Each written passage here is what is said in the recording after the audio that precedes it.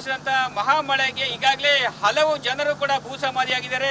ಓರ್ವನ ಮೃತದೇಹ ಕೂಡ ಪತ್ತೆಯಾಗಿರುವಂತದ್ದು. ನಾವೀಗ ಅಂಕೋಲ ತಾಲೂಕಿನ ಶಿರೂರಿನ ಗುಡ್ಡ ಕುಸಿತ ಪ್ರದೇಶ ಇದ್ದೇವೆ. ನೋಡ್ತಾ ಇರಬಹುದು ಯಾವ ರೀತಿಯಾಗಿ ಇವತ್ತು ಬೆಳಿಗ್ಗೆ ಈ ಗುಡ್ಡದಿಂದ ಸಾಕಷ್ಟು ಪ್ರಮಾಣದ ಮಣ್ಣು ಜಾರಿ ಇಲ್ಲಿ ರಾಷ್ಟ್ರೀಯ ಹೆದ್ದಾರಿ ಮೇಲೆ ಬಿದ್ದಿದ್ದಲ್ಲದೆ ರಾಷ್ಟ್ರೀಯ ಹೆದ್ದಾರಿ ಪಕ್ಕದಲ್ಲಿರುವ ಒಂದು ಮನೆಗಳನ್ನು ಕೂಡ ಆಹುತಿಯನ್ನು ಪಡೆದುಕೊಂಡಿದೆ. ಅದಲ್ಲದೆ ಕೂಡ ಈ ಭಾಗದಲ್ಲಿ ಸಾಕಷ್ಟು ಸಂಖ್ಯೆಯಲ್ಲಿ ವಾಹನ ಸವಾರರು ತಮ್ಮ ವಾಹನವನ್ನ ನಿಲ್ಲಿಸಿಕೊಂಡು ಟೀಯನ್ನ ಕುಡಿತಾ ಇದ್ರು.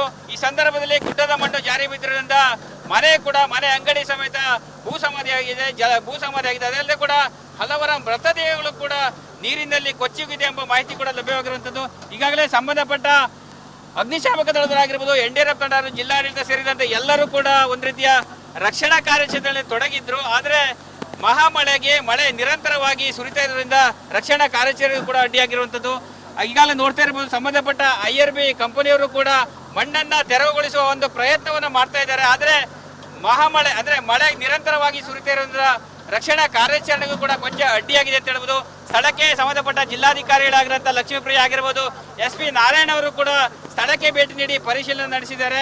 ಒಟ್ಟಲ್ಲಿ ಉತ್ತರ ಕನ್ನಡ ಜಿಲ್ಲೆಯಲ್ಲಿ 15 ವರ್ಷಗಳ ಬಳಿಕ 2009ರಲ್ಲಿ ಕಾರವಾರ ತಾಲೂಕಿನ ಕಡವಾಡದ ಜರಿವಾಡದಲ್ಲಿ ಕೂಡ ಇದೇ ರೀತಿ ಭೂಕುಸಿತ ಆಗಿ ಹಲವರು ಕೂಡ ತಮ್ಮ ಪ್ರಾಣವನ್ನು ಕಳೆದುಕೊಂಡಿದ್ರು.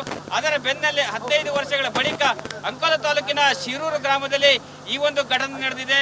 ಉತ್ತರ ಕನ್ನಡ ಜಿಲ್ಲೆಯ ಜನತೆ ಬೆಚ್ಚಿ ಬೀಳುವಂತಹ ಈ ಘಟನೆ ಆಗಿದ್ದು, ಈಗಾಗಲೇ ಜಿಲ್ಲೆಯ ವಿವಿಧೆಡೆ ಸಾಕಷ್ಟು ಪ್ರಮಾಣದ ಮಳೆ ನಿರಂತರವಾಗಿ ಸುರಿತಾ ಇದೆ. ಮಹಾಮಳೆಗೆ ಜನ ಕೂಡ ತತ್ತರಿಸಿದ್ದಾರೆ.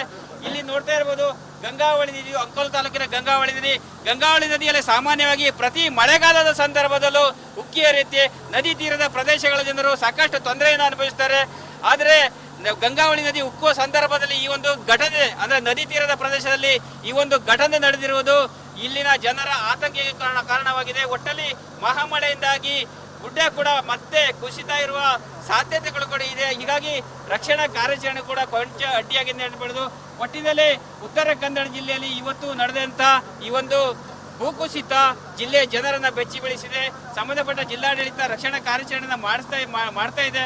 ಆದರೆ ಮಳೆ ಕೊಂಚ ಅಡ್ಡಿಯಾಗಿರೋದ್ರಿಂದ ಕೊಂಚ ರಕ್ಷಣಾ ಕಾರ್ಯಾಚರಣೆಗೆ ವಿಳಂಬ ಆಗ್ತಾ ಇರುವಂತದ್ದು. ಕ್ಯಾಮರಾ ಪರ್ಸನ್ ಕಿಶನ್ ಗುರಜ ಜೊತೆ ಶೇಷಗಿರಿ ಮುಂಡಳ್ಳಿ, ರಿಪಬ್ಲಿಕ್ ಕನ್ನಡ, ಕಾರವಾರ. ಉತ್ತರ ಕನ್ನಡ ಜಿಲ್ಲೆಯಲ್ಲಿ ನಿರಂತರವಾಗಿ ಸುರಿತಾ ಇರುವ ಮಳೆಯಿಂದಾಗಿ ರಾಷ್ಟ್ರೀಯ ಹೆದ್ದಾರಿಯಲ್ಲಿ ಸಂಚಾರ ಅಸ್ತವ್ಯಸ್ತವಾಗಿದೆ. ಅಂಕೋಲ ತಾಲೂಕಿನ ಶಿರೂರಿನಲ್ಲಿ ಕೂಡ ಗುಡ್ಡ ಕುಸಿತದಿಂದಾಗಿ ಇಲ್ಲಿ ವಾರಗಳ ಕಾಲ ಸಂಚಾರ ಸ್ಥಗಿತಗೊಳ್ಳುವ ಎಲ್ಲ ಸಾಧ್ಯತೆಗಳು ಕೂಡ ಇದ್ದಿರುವಂತದ್ದು. ನಾವೀಗ ಅದೇ ಪ್ರದೇಶದಲ್ಲಿ ನೋಡ್ತಾ ಇರಬಹುದು. ಇದು ಇವತ್ತು ಬೆಳಿಗ್ಗೆ ಸಂಭವಿಸಿದಂತಹ ಗುಡ್ಡ ಕುಸಿತದಲ್ಲಿ ರಾಷ್ಟ್ರೀಯ ಹೆದ್ದಾರಿ 66 ಸಂಪೂರ್ಣ ಸ್ಥಗಿತವಾಗಿದೆ. ಸಾಕಷ್ಟು ಪ್ರಮಾಣದ ಕಲ್ಲು ಮಣ್ಣುಗಳು ಕೂಡ ಹೆದ್ದಾರಿಯಲ್ಲಿ ತುಂಬಿದೆ. ಅದಲ್ಲದೆ ಕೂಡ ಈ ಮಣ್ಣಿನಡಿ ಹಲವು ವಾಹನಗಳು ಕೂಡ ಸಿಲುಕಿರುವಂತದ್ದು. ಈ ಘಟನೆಗೆ ಸಂಬಂಧಪಟ್ಟಂತೆ ಒಂದು ಕುಟುಂಬದವರು ಕೂಡ ಭೂ ಸಮಾಧಿಯಾಗಿರುವ ಸಾಧ್ಯತೆಗಳಿದೆ.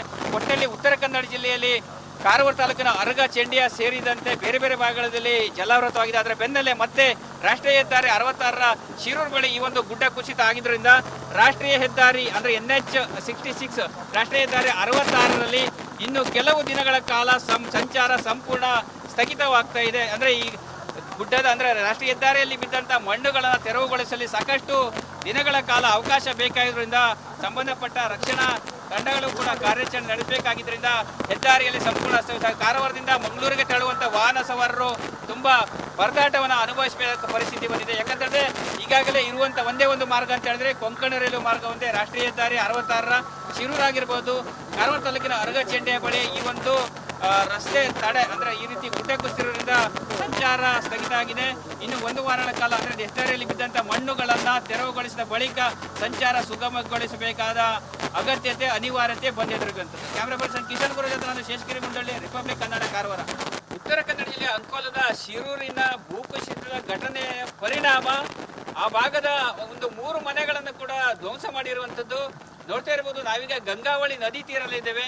ಇಲ್ಲಿ ಶಿರೂರಿನಲ್ಲಿ ಯಾವಾಗ ಭೂಕುಸಿತ ಆಯಿತು, ಈ ಭೂಕುಸಿತದ ಒಂದು ಎಫೆಕ್ಟ್ ಆ ಕಡೆಯಲ್ಲಿರುವ ಸುಮಾರು 400 ಮೀಟರ್ ಆಚೆ ಬದಿಯಲ್ಲಿರುವ 3 ಮನೆಗಳನ್ನು ಕೂಡ ಆಹುತಿ ಪಡೆದುಕೊಂಡಿದೆ. 3 ಮನೆಗಳು ಕೂಡ ಧರಾಸಾಯಿಯಾಗಿದೆ. ಮನೆಯಲ್ಲಿ ಇದ್ದವರು ಕೂಡ ಅಪಾಯದಿಂದ ಪಾರಾಗಿದ್ದಾರೆ ಎಂಬ ಮಾಹಿತಿ ಕೂಡ ಲಭ್ಯವಾಗಿರುವಂಥದ್ದು. ಯಾಕಂತ ಹೇಳಿದ್ರೆ ಈಗಾಗಲೇ ಗಂಗಾವಳಿ ನದಿಯ ನೀರು ಕೂಡ ಪ್ರವಾಹದಂತೆ ಹರಿತೆ ನೋಡ್ತಾ ಇರ್ಬೋದು. ಯಾವ ರೀತಿಯಾಗಿ ನೀರಿನ ಹರಿವು ಕೂಡ ಸ್ಪೀಡ್ ಆಗಿರೋದನ್ನ ದೃಶ್ಯವನ್ನ. ಯಾಕಂತಂದ್ರೆ ಮೇಲ್ಭಾಗದಲ್ಲಿ ಸಾಕಷ್ಟು ಪ್ರಮಾಣದ ಮಳೆ ಆಗಿರೋದ್ರಿಂದ ನೀರಿನ ಒತ್ತಡ ಕೂಡ ಜಾಸ್ತಿ ಆಗ್ತಾ ಇದೆ.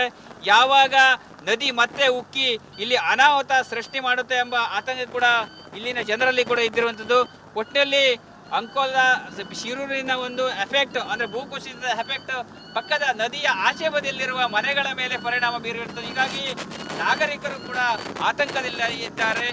ಈಗಾಗಲೇ ಸಂಬಂಧಪಟ್ಟ ರಕ್ಷಣಾ ತಂಡಗಳು ಕೂಡ ಸ್ಥಳಕ್ಕೆ ಆಗಮಿಸಿ ರಕ್ಷಣಾ ಕಾರ್ಯಾಚರಣೆ ಮಾಡ್ತಾ ಇದ್ದಾರೆ. ಆದ್ರೆ ಮಳೆ ಭಾರಿ ಪ್ರಮಾಣದ ಮಳೆ ಬೀಳ್ತಾ ಇರೋದ್ರ ರಕ್ಷಣಾ ಕಾರ್ಯಾಚರಣೆಗೆ ಅಡ್ಡಿಯಾಗಿದೆ ಅಂತ ಹೇಳ್ಬೋದು. ಕ್ಯಾಮರಾ ಪರ್ಸನ್ ಕಿಶನ್ ಗುರು ಜೊತೆ ನಾನು ಶೇಷಗಿರಿ ಮುಂಡಳ್ಳಿ, ರಿಪಬ್ಲಿಕ್ ಕನ್ನಡ, ಕಾರವಾರ. ಉತ್ತರ ಕನ್ನಡ ಜಿಲ್ಲೆಯಲ್ಲಿ ನಿರಂತರವಾಗಿ ಮಳೆ ಸುರಿತಾ ಇದೆ. ಹೀಗಾಗಿ ಇಲ್ಲಿ ಸಾಕಷ್ಟು ಕಡೆಯಲ್ಲಿ ಕೂಡ ಊರು ಕೇರಿಗೆಗಳು ಕೂಡ ಜಲಾವೃತ ಆಗಿದೆ, ನದಿಯಲ್ಲಿ ಕೂಡ ಪ್ರವಾಹ ಉಂಟಾಗಿದೆ ಮತ್ತು ಗುಡ್ಡ ಕುಸಿತ ಘಟನೆ ಕೂಡ ನಡೆದಿರುವಂತದ್ದು. ಹೀಗಾಗಿ ಮುನ್ನೆಚ್ಚರಿಕೆಯಾಗಿ ಎನ್ಡಿಆರ್ಎಫ್ ತಂಡ ಕೂಡ ಸ್ಥಳದಲ್ಲಿ ಬೀಡುಬಿಟ್ಟಿರುವುದು. ಅಂಕೋಲ ತಾಲೂಕಿನ ಶಿರೂರಿನಲ್ಲಿ ಕೂಡ ಬೀಡುಬಿಟ್ಟಿರುವಂತದ್ದು ನೋಡ್ತಾ ಇರಬಹುದು. ಯಾವ ರೀತಿಯಾಗಿ ರಕ್ಷಣಾ ತಂಡಗಳು ಕೂಡ ಈಗಾಗಲೇ ಉತ್ತರ ಕನ್ನಡ ಜಿಲ್ಲೆಯ ರಾಷ್ಟ್ರೀಯ ಹೆದ್ದಾರಿ 66ರಲ್ಲಿ ಕೂಡ ಇದ್ದಿರುವಂತದ್ದು.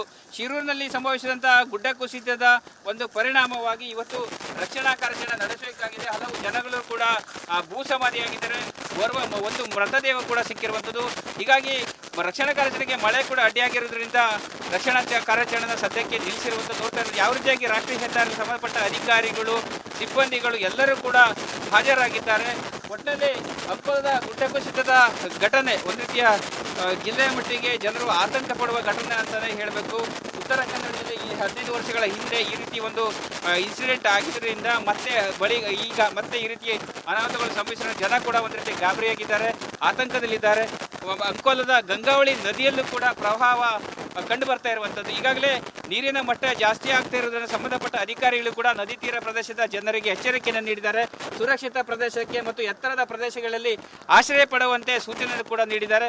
ಒಟ್ಟಿನಲ್ಲಿ ಮಳೆ ನಿರಂತರವಾಗಿರೋದ್ರಿಂದ ಜನ ಕೂಡ ಆತಂಕದಿದ್ದಾರೆ. ಈಗಾಗಲೇ ರಕ್ಷಣಾ ತಂಡಗಳು ಕೂಡ ಸ್ಥಳದಲ್ಲಿ ಬೀಡುಬಿಟ್ಟಿದ್ದು ಮಳೆ ಕಡಿಮೆ ಆದ ಪಕ್ಷದಲ್ಲಿ ರಕ್ಷಣಾ ಕಾರ್ಯಾಚರಣೆಯನ್ನು ಮುಂದುವರಿಸಿರುವಂಥದ್ದು. ಕ್ಯಾಮರಾ ಪರ್ಸನ್ ಕಿಶನ್ ಗುರು ಜೊತೆ ನಾನು ಶೇಷಗಿರಿ ಮುಂಡಳ್ಳಿ, ರಿಪಬ್ಲಿಕ್ ಕನ್ನಡ, ಕಾರವಾರ. ಕ್ಯಾಪ್ಟನ್ ಅರ್ಜುನ್ ಕೊಂದಿದ್ದು ಯಾರು? ಅವ್ರ ನರೇಟಿವ್ ಎಲ್ಲಿ ತಂದಿಟ್ಟಿದ್ದಾರೆ ಅಂತಂದ್ರೆ ಸಂಪತ್ತನ್ನ ಹಂಚಿಬಿಡೋದು ಅಂತ. ಇದು ಸ್ಟುಡಿಯೋ ಟಿಪ್ಪು ಜಯಂತಿ ಮಾಡಕ್ಕೆ ಅವ್ರಿಗೆ ಖಂಡಿಸಿದ್ರು. Very nice. ಯಾರು ತಪ್ಪು ಮಾಡಿರೋದಿಲ್ಲಿ? ಓಲೈಕೆ ಹೇಳಿಕೆ ಇದು ಅಂತ ಹೇಳಿ ಯಾಕೆ ಪರಿಗಣಿಸಬಾರದು? ಇದು ಫೋಟೋ ಎಲ್ರಿಗೂ ಒಂದು ಟೈಮ್. ನಿಮ್ಮ ಸಮಯ ಮುಗಿದಿದೆ. ಅವ್ರು ಹೇಳೋಕ್ಕಿಂತ ಮುಂಚೆನೆ ಹೇಗೆ ಪ್ರತಾಪ್ ಸಿಂಹ ಪಾಸ್ ಕೊಟ್ಟಿದಂತ ಆಗ್ಲಿ ಡಿಕ್ಲೇರ್ ಆಗೋಗಿತ್ತು ಅಂತ ನನಗೊಂದು ಡೌಟ್ ಬಂತು. ಸಾಕು ನಿಲ್ಸಿ. ಕೆಟ್ಟ ಪದ ಬಳಕೆ ಕಾಂಬಿನೇಷನ್ ಇಟ್ಟಿಲ್ಲ ನಾವಿಲ್ಲಿ.